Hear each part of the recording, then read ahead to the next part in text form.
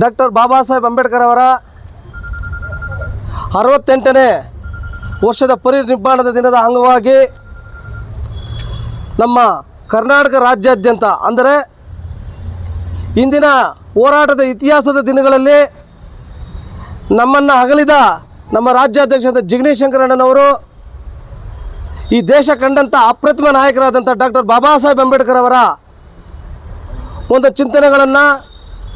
ಅವರ ಹೋರಾಟವನ್ನು, ಅವರ ಸಿದ್ಧಾಂತಗಳನ್ನು, ಅವರ ತತ್ವಗಳನ್ನು ಮೈಗೂಡಿಸಿಕೊಂಡಿರ್ತಕ್ಕಂಥ ಒಬ್ಬ ಮೇರು ನಾಯಕ ಇವತ್ತು ಅವರು ನಮ್ಮನ್ನು ಅಗಲಿದ್ದಾರೆ. ಅಗಲಿದ ಕಾರಣದಿಂದಾಗಿ ಡಾಕ್ಟರ್ ಬಾಬಾ ಸಾಹೇಬ್ ಅಂಬೇಡ್ಕರ್ ಅವರು ಗತಿಸಿ 68 ವರ್ಷಗಳ ಕಾಲಯಾನವನ್ನು ನಾವು ಮೆಟ್ಟಿ ನಿಂತಿದ್ದೇವೆ. ಈ ಕಾಲಯಾನದಲ್ಲಿ ಮೊದಲಿಗೆ ನಮ್ಮ ಜಿಗ್ನಿ ಶಂಕರಣ್ಣನವರು ಅಂಬೇಡ್ಕರ್ ಅವರ ಪ್ರತಿಮೆಗಳನ್ನು ಸ್ವಚ್ಛಗೊಳಿಸಿ ಅಲ್ಲಿ ಅವರಿಗೆ ಒಂದು ಪುಷ್ಪ ನಮನಗಳನ್ನು ಸಲ್ಲಿಸುವುದರ ಮೂಲಕ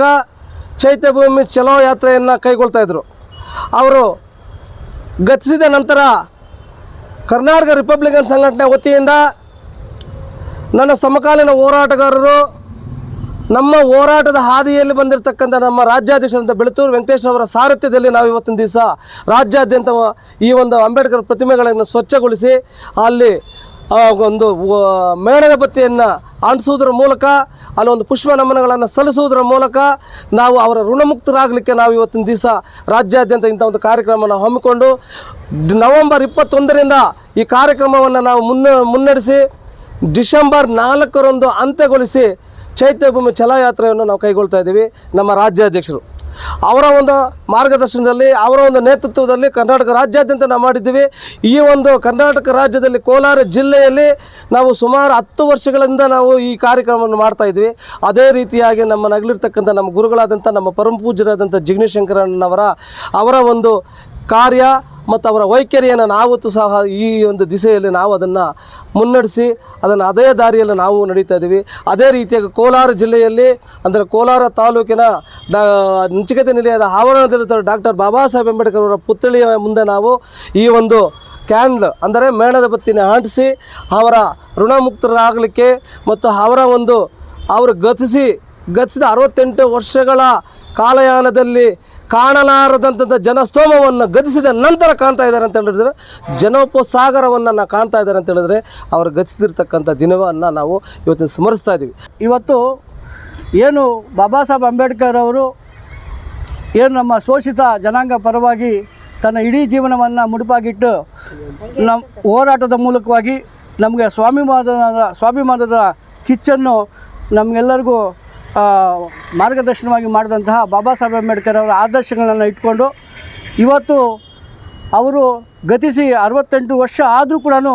ಇವತ್ತು ಏನು ಮುಂಬೈಯಲ್ಲಿ ಇರ್ತಕ್ಕಂಥ ಅವರ ಸಮಾಧಿ ಹತ್ರ ಇಡೀ ರಾಜ್ಯಾದ್ಯಂತ ದೇಶಾದ್ಯಂತಹ ಎಲ್ಲ ಬಾಬಾ ಸಾಹೇಬ್ ಅಂಬೇಡ್ಕರ್ ಅವರು ಲಕ್ಷೋಪಲಕ್ಷ ಜನ ಬಂದು ಅವರು ಅಲ್ಲಿ ತಮ್ಮ ನಮನಗಳನ್ನು ಸಲ್ಲಿಸುವ ಮೂಲಕವಾಗಿ ಒಂದು ಋಣಮುಕ್ತ ಗೊಳಿಸೋದಕ್ಕಾಗಿ ಸಾವಿರಾರು ಲಕ್ಷಾಂತರ ಜನ ಸೇರ್ತಾ ಇದ್ದಾರೆ. ಅಂಥ ಒಂದು ಕಾರ್ಯಕ್ರಮವನ್ನು ನಾವು ಸತತವಾಗಿ ಸುಮಾರು 12 ವರ್ಷಗಳಿಂದ ಇವತ್ತು ನಾವು 12ನೇ ವರ್ಷಕ್ಕೆ ಕಾಲಿಡ್ತಾ ಇದ್ದೀವಿ.